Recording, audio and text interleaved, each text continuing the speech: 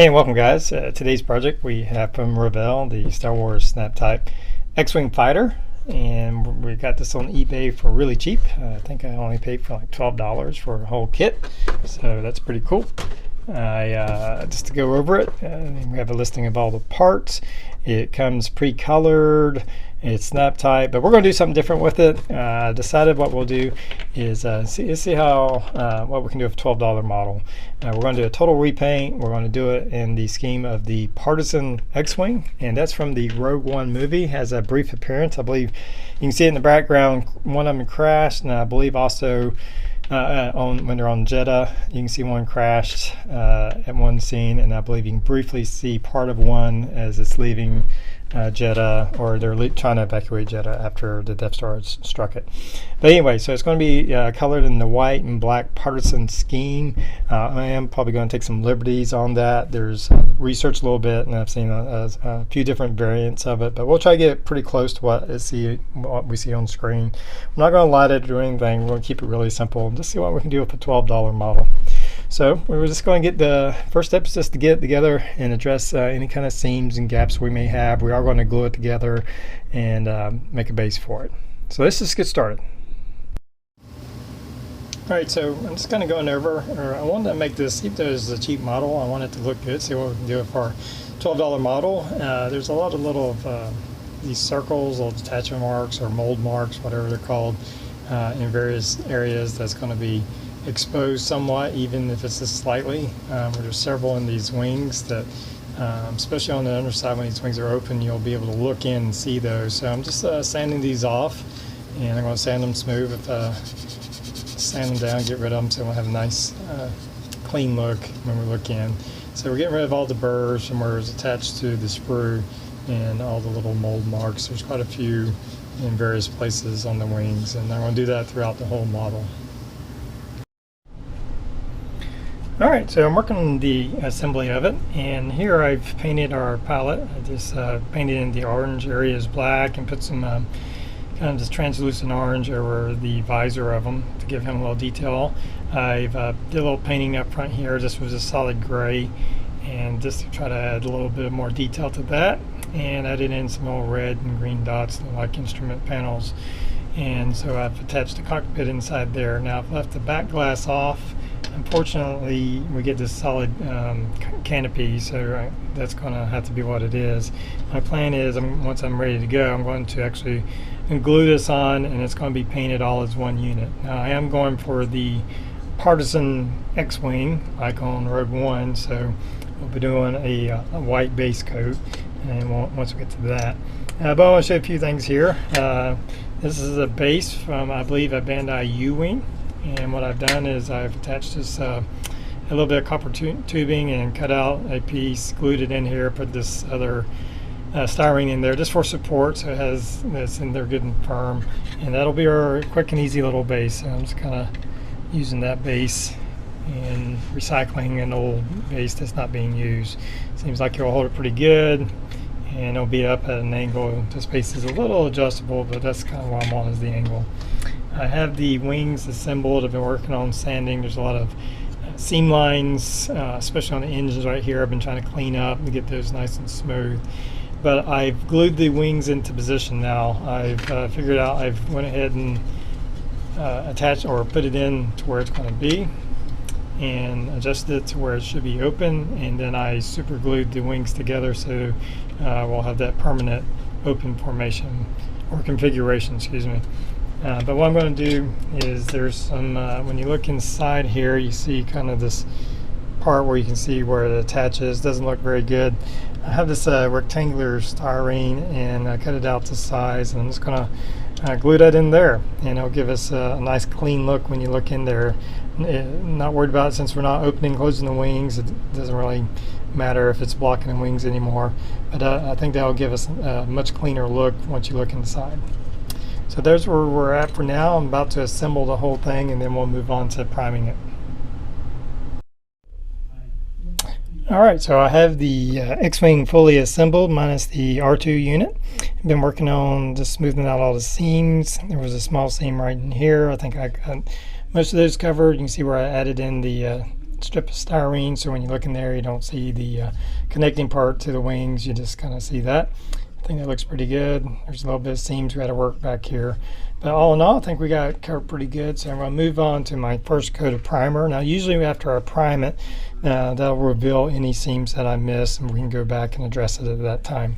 My first coat of primer is just going to be a simple, like Rust-Oleum rattle can type primer, just a gray primer.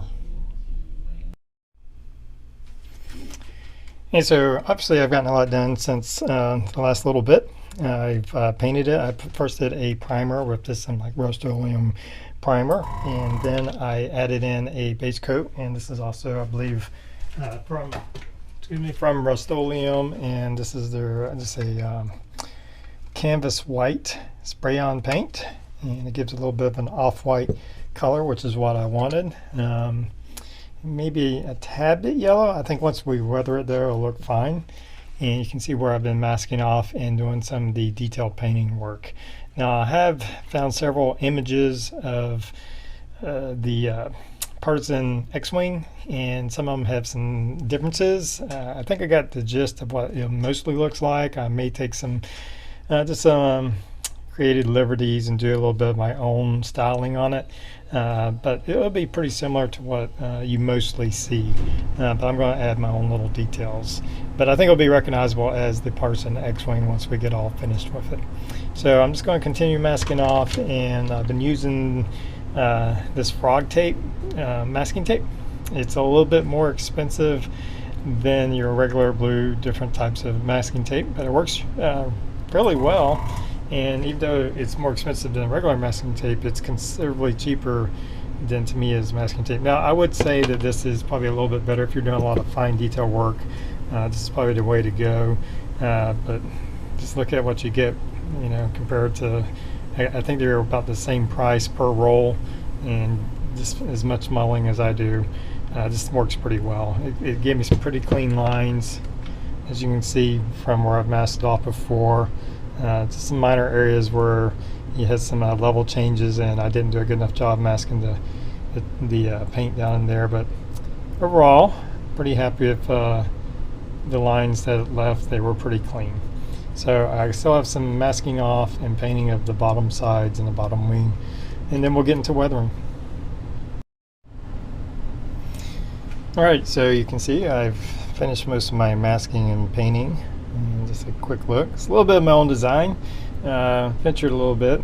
Most of the different designs I've seen on the internet had little differences in them, so it's mostly like what I've saw with a little bit of my own. And so now I'm going to go into some detailed painting, and this is going to be just my take on the Partisan X-Wing. I'm going to do some use some hand painting to do like the tops, or the very beginning of the engines, these circles right here. And I'm going to paint those with a silver, and maybe a few other little areas, little detail painting. And then I'm going to get into the weathering, and I think we're going to start the weathering with like a gray wash. I don't want to go too dark on it, especially with the black. We'll need the gray to kind of bring out the black accents, so I'll work on that. I've changed my mind as far as the base, and working on that. And I have just this wood little display base from Hobby Store. It's got some texture paint on it now. It's got my copper tube in here, and that will fit the copper tube that we put in there. It's a little bit smaller diameter, so it'll fit inside the tubes like that, and it'll sit down. And it's a lot more sturdier than the plastic one was. It fits a lot better. The tube, I can bend the tube if I wanted to have a little bit more aggressive angle to it. But I'm going to shoot a coat of black paint on that for our display base. So I'm just going to get busy with the detail painting and work on the washes. Alright, so here we are with our finished $12 X-Wing. We did it in the Partisan X-Wing color scheme, and of course it's in the flying configuration. And it does come with landing gear. I chose not to do that. And just to finish it up, we of course we did all our painting and masking off, and it was a little tricky, and I took some liberties in my paint job. So I've seen some slight variations of the Partisan X-Wing, so I kind of did my own thing for a little bit, but it mostly looks like what you see on the screen. So we did the paint scheme. We did a gray wash just using some craft acrylic paint with mixed in with some window cleaner, and like a medium gray kind of wash over everything. And the reason I chose gray is because we have so much black on here. Black on black wouldn't show through, so we wanted the gray to kind of bring out the different accents on the black areas and dirty it up without going too dark. And once we did that, I did some dry pastel works using Tamiya's weathering kits.